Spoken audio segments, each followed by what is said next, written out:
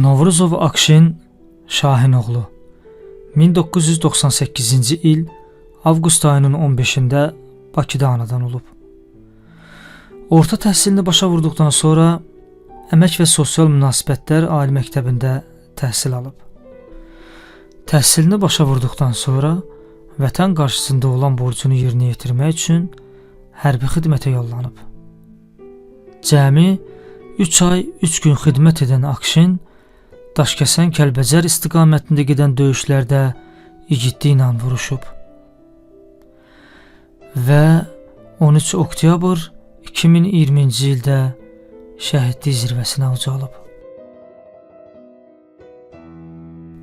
Akşin Novruzov adı həyatından böyük olan igid. O, getdiyi yerdə torpağa deyil, insanların qəlbinə sədaqət, cəsarət və vətən sevgisi əkdi. Onun nəfəsi bu torpağın küləyində, xatirəsi isə xalqının ürəyində daim yaşayacaq. Akşin Novruzovun igidlik dolu hekayəsi Valentina Əskərovanın təqdimatında.